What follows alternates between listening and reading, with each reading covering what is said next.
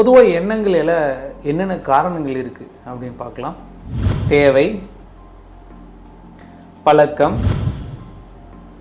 சூழ்நிலை, பிறர் மன தூண்டுதல், கருவமைப்பு, தெய்வீகம் என்ற 6 காரணங்களால் எண்ணம் மேலே காரணமாக இருக்குது.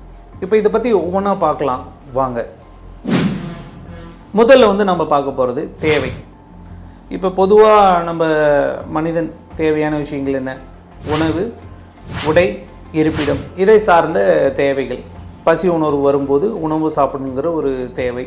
அப்புறம் உடையை பற்றி உங்களுக்கு தெரியும். சில உணர்வுகள்லாம் இருக்குதுன்னு வச்சுக்கல, அதனுடைய தேவைக்கு தகுந்த மாதிரி சில எண்ணங்கள் எழலாம்.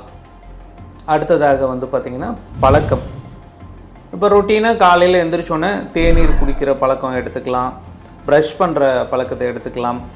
அப்புறம் பார்த்திங்கன்னா நம்ம பர்டிகுலராக டெய்லி அயன் பண்ணி போடுறது, அப்புறம் பர்டிகுலராக அந்த ஒரு குறிப்பிட்ட டைமுக்கு கிளம்புறது, ஒரு பர்டிகுலர் ரூட்டில் நம்ம எப்படி எந்த வேலையில் நம்மளுடைய அலுவலகத்துக்கோ அல்லது பணிக்கோ செல்கிறோமோ அந்த பாதையிலேயே பயணிக்கிறது, பர்டிகுலர் பஸ்ஸில் ட்ராவல் பண்ணுறது, இதெல்லாம் பழக்கம். இதையும் சேர்த்திக்கலாம். 11 மணி ஆனால் டீ குடிக்கிறது, வடை சாப்பிட்றது, இந்த மாதிரி ஸ்நாக்ஸ் சாப்பிட்ற அந்த ஹேபிட்.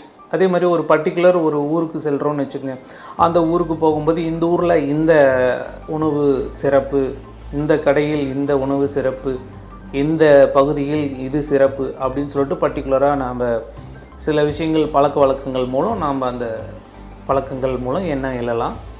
அடுத்ததாக பார்த்திங்கன்னா சூழ்நிலை காரணமாக எண்ணம் எழறது. இப்போ பெரிய திருவிழா வருது, தீபாவளி வருது. தீபாவளி வந்தோடனே எல்லோரும் துணி எடுக்கிறாங்க, நாமளும் துணி எடுக்கணும், நாமளும் பட்டாசு வெடிக்கணும். அல்லது திருவிழாவுக்கு போகும்போது எல்லோரும் இதை பண்ணுவாங்க, நாமளும் இதை பண்ணணும். அப்படிங்கிறனால சூழ்நிலைக்காரமாக எண்ணங்கள் எழலாம். அடுத்து பார்த்திங்கன்னா பிறர் மன தூண்டுதல். இதுதான் மிகப்பெரிய ஒரு விஷயம்.